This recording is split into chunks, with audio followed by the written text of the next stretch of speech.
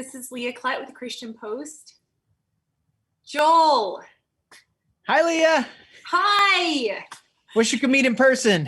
I know. This is kind of sad, but hey, you know, it is better than nothing. Totally. And thank you for releasing a fun movie right at a time when we needed it. I'm happy to hear you say that. That was the intent, that this should bring some joy to the world, and a celebration that the Croods, after 7 years, are back. Yes. Well, what made you want to revisit the prehistoric world of the Croods? I've been here at DreamWorks for quite a while. I didn't work on the first Crood. I was working on other productions at DreamWorks while Chris Sanders and Kirk D'Amico were making the first one. And I had the rare opportunity to see a DreamWorks movie that I hadn't worked on with fresh eyes. And I was such an instant fan of the first Croods. And so for me, it's a great opportunity, and I'm so thankful for it, to be able to pick up with the Croods story. I love it because it's about family. Family movies are really important to me.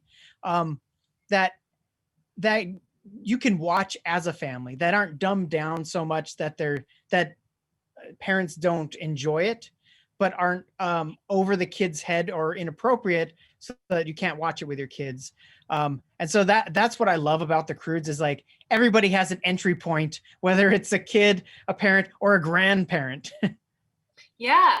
And obviously this is a hilarious family movie, but you also touch on some deeper issues. So talk a little bit about these and what you want families to take away from it. Yeah.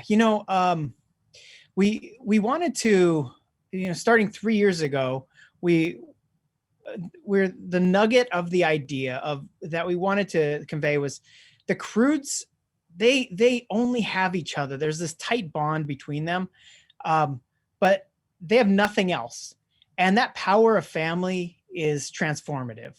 And so actually, I love this painting behind me, because my production designer, he painted this early on in the movie. And I love it because it was the journey of our families.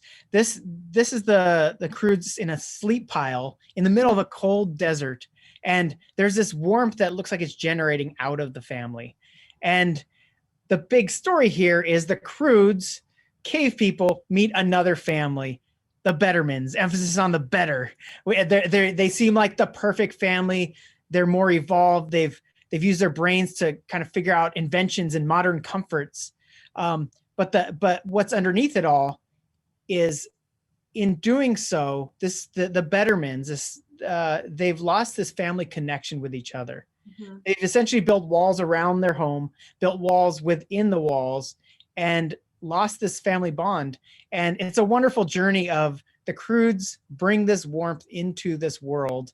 And it's a story of friendship, of these two families even figuring out they're better off together. Yeah, and I mean, what a timely story. We're kind of in this space of COVID where people are quarantining. Were you aware of this when you were, were you aware of the timing? No, I don't think we would have planned a movie this year. No, you know what? I gotta say, I am so happy this movie is coming out right now, even with all the unpredictable circumstances, because the message of it, the positivity, the joy that it brings is much needed right now.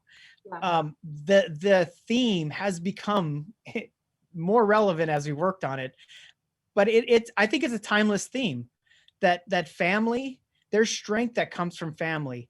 It's not always easy. We're spending time at home with our families right now, and there's friction because we're bumping into each other. We're all in the same house, but there's a connection because of that. And I think that's such an important, 2020, 2021, whatever year, that theme is relevant for the future of humans. And then back to, it's a hopeful movie about our future is brighter if we share it together. Yeah. Is there a particular character that you resonate with?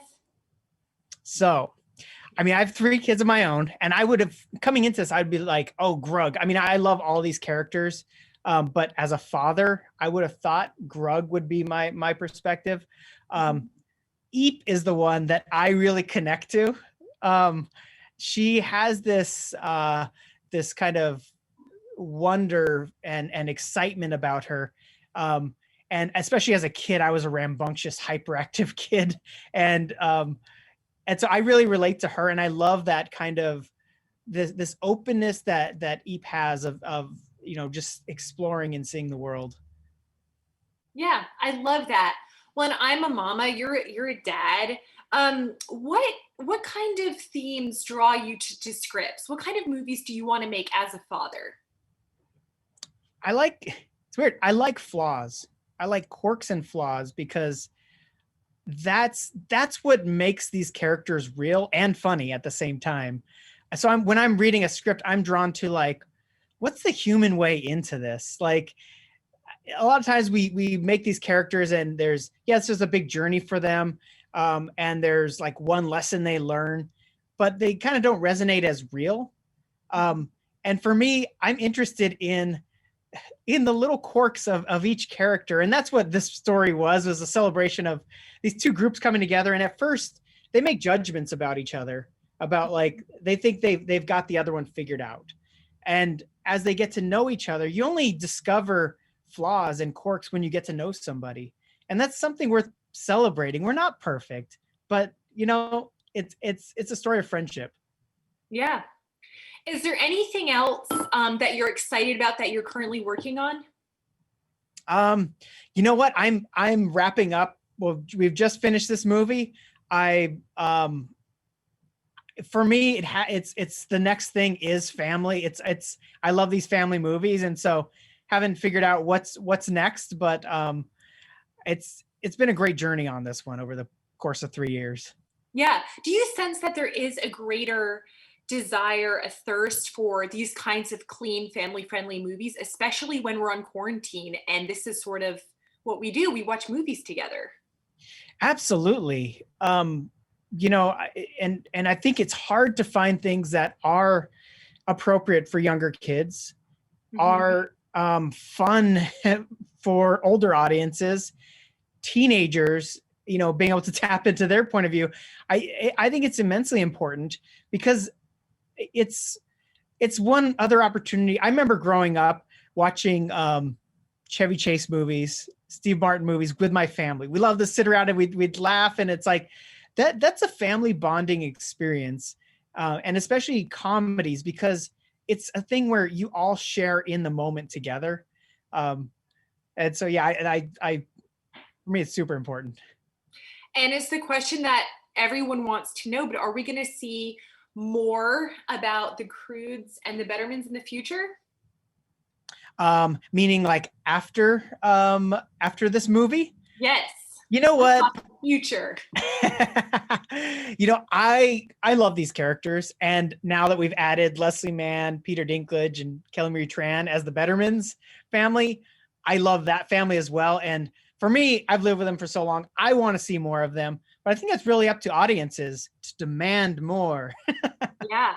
I mean, and what a great cast. Did you think that you were going to get all these big names for the second film as well?